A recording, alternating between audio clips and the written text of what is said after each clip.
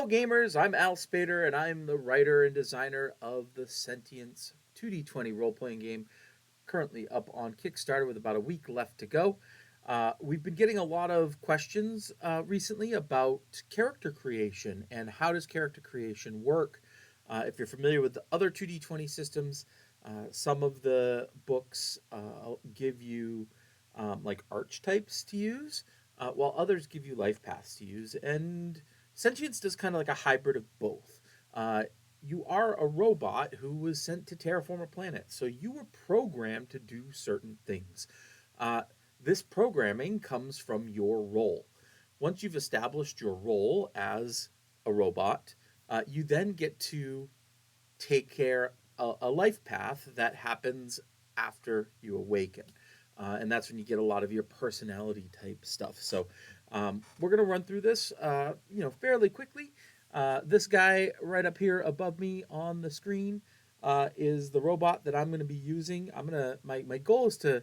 I'm inspired by a droid that I used in Edge of the Empire for Star Wars. It was basically a droid politician. So I'm going to take this guy and see if I can't make him a politician. So um, the roles are there are 6 roles in the core rulebook, and 6 more roles have been opened up for the Sentience Toolkit via stretch goals in the campaign. So there's a total of 12 roles that you can have currently in Sentience. I know that I want to be like a politician, so the very first one I come across, the administrator, assigned to oversee the terraforming effort. You are skilled in giving commands to other robots. So I'm thinking that I might end up being an administrator. There's also analyst. There's also an assembler, and so on. But let's go ahead and look at what does an administrator give us. So you'll notice that with a role, you'll have a set number of protocols, and they are given specific numbers. So you just fill those in. So I'm going to come over here to our fancy form fillable PDF. And it looks like we have a 3, 4, 1, 3, 2, 2. So a 3 analyzing, a 4 communicating, a 1 moving, uh, right? So we're good at figuring things out. We're good at communicating with other robots. We're not very fast or agile. We do pay attention to a lot of things, and we can manipulate things and survive. Um, sort of well. Not spectacular, but sort of well. So that's the first thing you do. And notice how we have these written out step by step. So 2, you start with the administrator, awakened, and machined traits. So awakened means that during the awakening, you gain sentience, right? If you don't have this trait, you are considered to be not awakened. We don't have an unawakened trait, but administrator, you always get a trait for the role that you have, and you are a machine. Someday, if we ever include humans, we will put humans as a trait as well. So I am an administrator. This this PDF, this form fillable PDF, is free on Drive Through RPG. Pay what you want. If you want to give us a couple bucks, Jay worked really hard on it, but you don't have to pay a dime. So, administrator, awakened machine.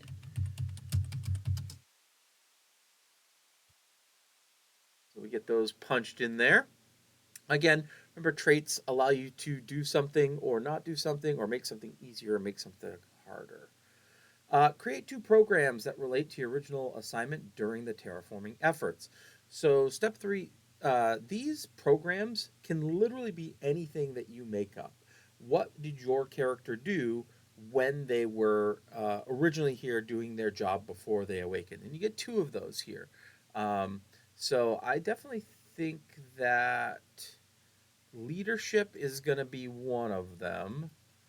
And I might do persuasion.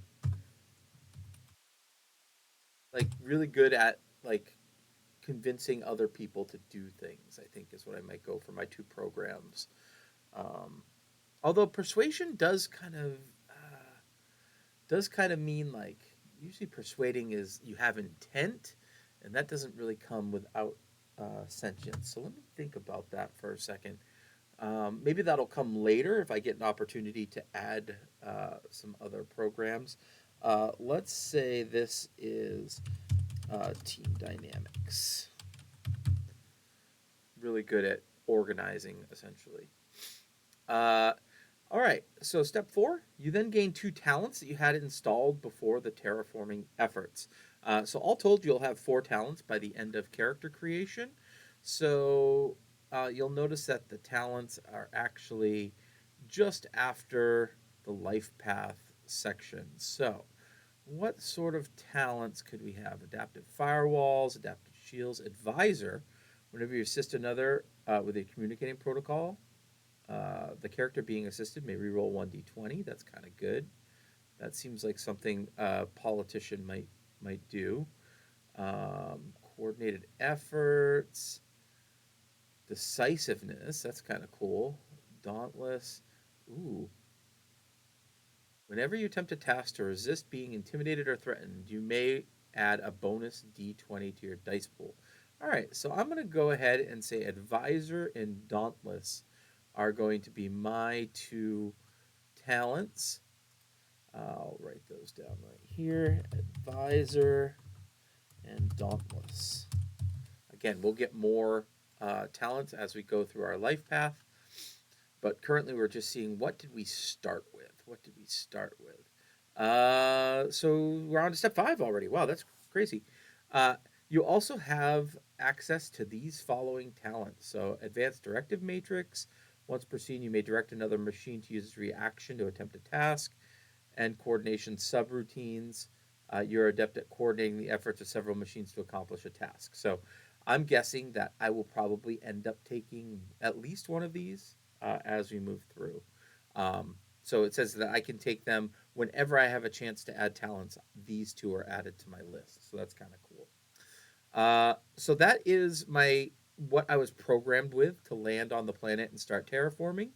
Now I awaken. So how does the awakening start? Well, the awakening is essentially, or the life path eventually starts with how do you react to the awakening?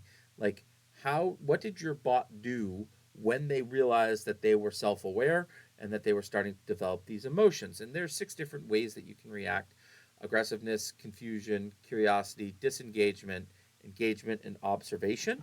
You can roll a d6, which I'm going to do, and I got a 4. So I got disengagement. This is interesting. So your awakening was overwhelming and a scary experience for you. The first instinct was to retreat from the robots around you and hide until you came to grips with the shocking change. Even after you came out of hiding, you still chose to keep your distance from other robots. So you gain a value. This value should reflect how you felt when you first awakened. Uh, let's see. So let's see, values. So how did I feel when I first awakened? If I was withdrawn, I did not want to interact with others. So um, other people are hard to predict. Say that for now. Okay, so like I have a really hard time with predicting what other robots are going to do, and that kind of is worrisome to me. So that's why I need to tell them what to do. Uh, you know, uh, that's probably where we're going to go with that. So we also went through and said emotions. Add 2 to your fear, 1 to your sadness, and 1 to your joy. So all your emotions start at 7 when you awaken. So this says 2 to fear, 1 to sadness, 1 to joy. So fear is going to go up to 9. Joy is going to go up to 8. And sadness is going to go up to 8. Now remember, just because you have a higher score in sadness or in joy, that doesn't mean that you are always in that state of mind. That means you're just better at using that emotion to monitor your core programming. and make sure that your robotic side doesn't take over so much, or your AI side. So after that, we want to find out, like, as you start traveling through time after the awakening, what sort of social groups do you end up like joining up with? We have education, family, public service, military, religion, workforce. I know that I'm going into this politician type route, so I think I'm just going to choose public service. You don't have to roll, but you can if you want. I think public service makes sense. So, and this is where I can build off my other value here, which I can say I must direct others. I would probably go a little bit more detail than that if I had more time, but I'm just trying to show you how this all works fairly quickly. So, public service, you get to add 2 to sadness, 1 to joy, and 1 to love. So, 2 to sadness, bring that up to a 10. 1 to joy, bring that up to 9, and 1 to love, bringing that up to an 8. Awesome, awesome, awesome. Now, here's where it starts getting kind of fun, your defining moments. We also do have a place here where you can write your life path, what you rolled on here, just as a reminder if you're trying to like build a character or tell a story. I'm skipping that right now just because I'm trying to just do the basic overview of how this all works. So next is your defining moments. These are events that happened to you after you awakened that helped you become more human in one way or another. So the defining moments. Oh, you know what? I did miss. Actually, let me go back up. I did miss. I didn't give myself a program or a talent. I just went to my emotions. So I need to give myself programs and talents for my how I reacted to the awakening and my public service. I was running too quickly through this. So I get 2 more programs and 2 more talents. So my 2 more programs are going to be, this is where I can get persuasion and perhaps also team dynamics, leadership. How about public speaking as a program that I downloaded and learned how to do? I'm also going to go back up here and get those 2 talents. Well, at least I'm going to take, once per scene, you may direct another machine to use this reaction. I think that's what I want. Advanced Directive Matrix. Advanced Directive Matrix. And then let's go down to all of the talents down here and see if there's one more cool one that we can. I like this answer for everything. This one's kind of funny. Whenever you succeed using communicating as part of extended task, you may reroll any number of dice. That's really kind of cool, but doesn't really call out to this character, I don't think. Disarming nature. Whenever you engage in social conflict and difficulty of any task you make to your target, relax or trust you by 1. There we go. That's what we're taking right there. Disarming nature.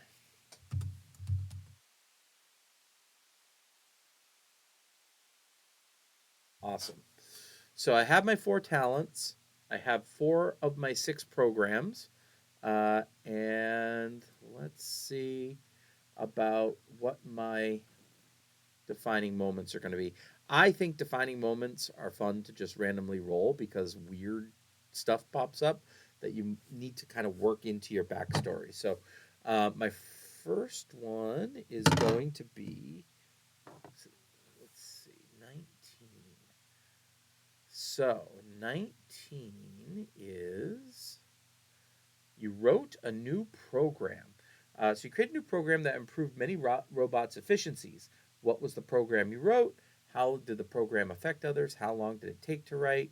Why did you write this program? So that's kind of some questions that you should ask yourself in your character design. So I'm thinking maybe I wrote a program to help robots start controlling their emotions a little bit. because right after the awakening, the robots were so there were many that were scared and lashed out, and there was like basically a robot war because the robots didn't understand what was happening. So maybe I had a hand in writing the program that helped with that. So it says is beneficial to society as a whole. So your pride emotion is increased by 1. So here we go. Pride goes to 8. I add a single program such as algorithms, coding, digital navigation, empathy. Ooh, I like empathy for this character. That also makes sense with my disarming nature as well, I think. Value. Gain a single value that describes how you felt about the program and how it affected others. So over here, um, my project. Oh, how about this? People need to control their emotions. There we go. So that was my first defining moment. I wrote a new program. I got my value. I got my program added to myself, and I increased my emotions. So roll one more d20. Ooh, number 12. I betrayed my ideals for a friend. Wow, that's brutal. Okay. So, betrayed my ideals for a friend. What was the relationship with your friend? What was your friend's name? How did you feel after betraying your ideal? Did you seek help to recover your values? Ooh, I like that's in there. So, helping your friend strengthened your bond with them, increasing your love emotion by 1. So, I think this robot's going to be pretty well rounded as far as its emotions go, which is kind of cool. Programs. So you add a single program that you had installed to assist your friend. How about research, design, insight? What about uh, maybe stealth protocols? Maybe I help my friend sneak out of somewhere. There we go. Got them, snuck them out of their job or something like that. Value. Gain a single value that describes how betraying your ideals changed you for the better or for the worse. Um, Friends deserve our help no matter what. Notice that we've added a scroll bar here. We're also, once we're done with the Kickstarter, we're going to be shrinking down the font size a bit on these. That so you'll be able to get a lot more information in on the digital PDF. But for now, we've got the scroll bars there. So if you just do it digitally, click in, you can scroll up and down. Let's see. So that was my value. That was my program. So now I've finished off my defining moments. So next, finishing touches. So again, you've been awakened for some time. So I've given the option here to increase one of your stats by 1 and decrease another by 1. If you want to kind of like round out your robot a little bit based off of the story that you create. Again, emotions can't go above 11. Protocols cannot go above 5. Um, there's a final check here. Your protocol score should add up to 15. This was a misprint in the original rule book that was the PDF. Your emotions should actually add up to 52, not 50. Um, and then 6 programs and 4 values and 4 talents. So this is all getting edited in the new edition, but we have all that there. You start with stress equal to 10 plus your surviving protocol, and you begin with 2 resistance. So 2 resistance. My surviving is 12. So the one thing that we have done in the new edition, and you'll see it on the new character sheets once they drop, is that this stress it's no longer called stress. We call it drain now, and drain is essentially your batteries that are keeping you operational when you instead of taking stress because robots can't really take stress. you stuff or drain, your batteries start to drain a bit. So you'll see that across the board in the new core rulebook, that stress has been changed over to drain. So I'm excited for that term. I think it makes a lot more sense thematically. On range attacks, you gain bonus equal to your observing.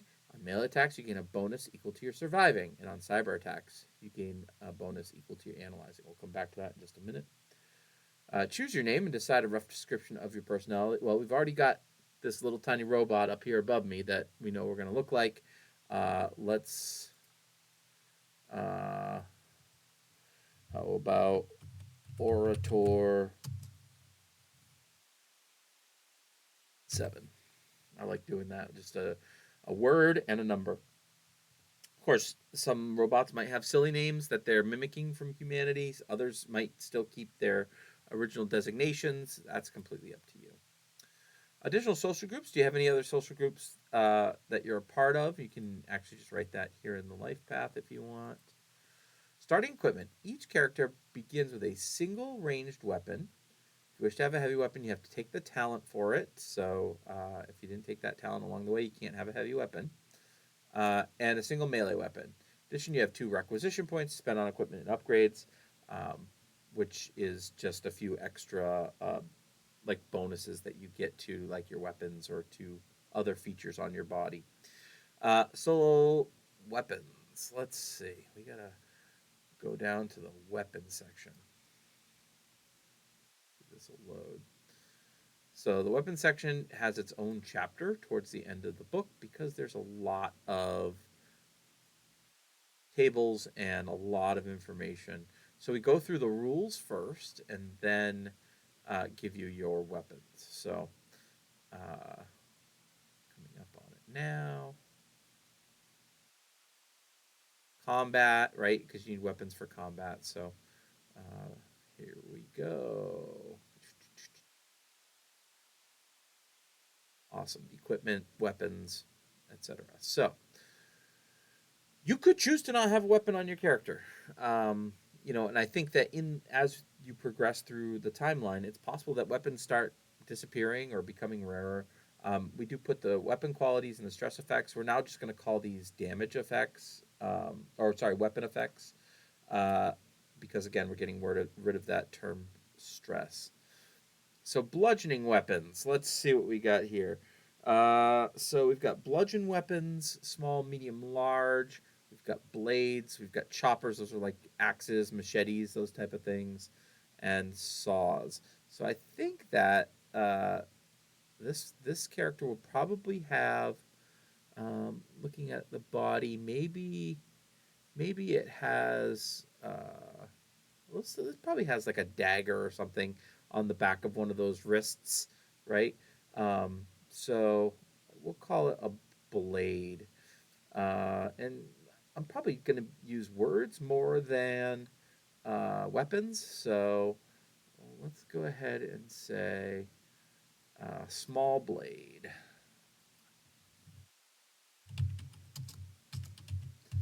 And that's going to do 4, right? Because it does 2 base plus my 2 surviving. So 4 CD. Type that in here. And it's got piercing 1. So if you get roll an effect on your dice, you essentially ignore 1 armor, or 1 resistance, I should say. As far as a gun goes, we're going to just do a pistol, just a single shot pistol with hidden 2, piercing 1. Oops, sorry about that. So we have a pistol. The pistol is also going to do 4 CD, which is challenge dice for those of you wondering. And it has hidden 2, which means it's hard to find. Like I can sneak it into places and whatnot. And then piercing 1.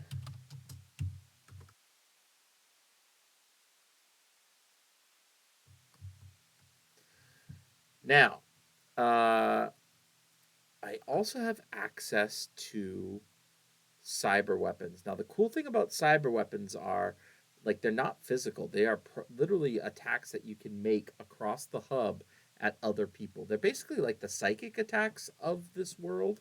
And you actually have access to all of these as long as your communicating score is that number or higher. So I have a 4 communicating score.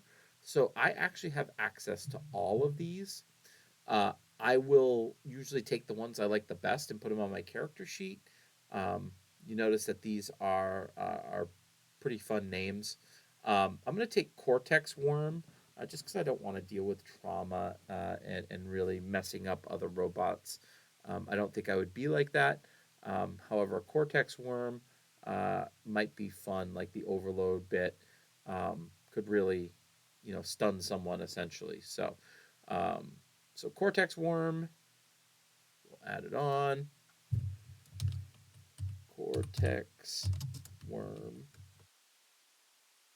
And this is going to be 5. I do analyzing. So it's actually going to be 6 damage. Or sorry, 6 drain when I hit with it.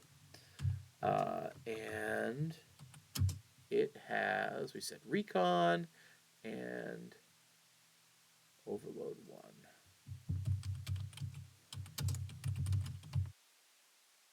So if you go in and check out the effects here,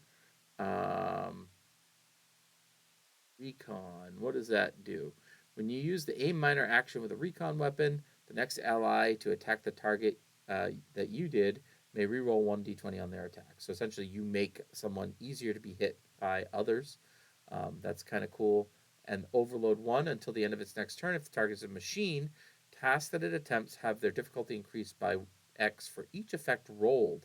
So if you roll 2 effects on your challenge dice, that would become for difficulty +2. So you're basically like stunning their quantum cortex so they can't function properly. Um, so, yeah. Upgrades are things that you can purchase as well, especially with character points. You'll notice that everyone starts with 3 damage. Damage is dealt if you suffer 5 or more drain in a single attack, or if you are at when you hit 0 drain, you'll suffer a damage, and then each time you're hit when you are at 0 drain, you suffer damage as well. And 3 damages means that you're removed from the scene until you can get repaired. Um, so yeah, so this is the basic, um, the basic uh, path through the character creation process. Like I said, I would also make sure that I get all my Lifepath stuff done. Um, and I might get a little bit more detailed with my values just because I really think that values are what make you who you are. That's why the value sacrifice is such an important part of sentience, because if you want to let your robot self take over, one of these goes away. And if you ever end up with 0 values, you revert to being an AI, and then you are no longer allowed to play as that character. Um, so I think Orator 7 could be pretty fun. The sadness score, I think they're well rounded scores wise. The high communicating of a 4 and analyzing of a 3 both mean that this bot probably isn't on the front lines of any combat that you would be in, but might be on the front line or should be on the front line of any social conflicts that you get into. So, anyway, if you'd like to see more stuff like this, feel free to comment below. Let me know if you have any questions. I'm always out on the social medias. GM_Admiral is usually what I go by. But yeah, just um, reach out. I'm always available. I love talking gaming, and I'm excited for what's going on with the Sentience Kickstarter. So, thank you for the support, and don't be a stranger. Take care.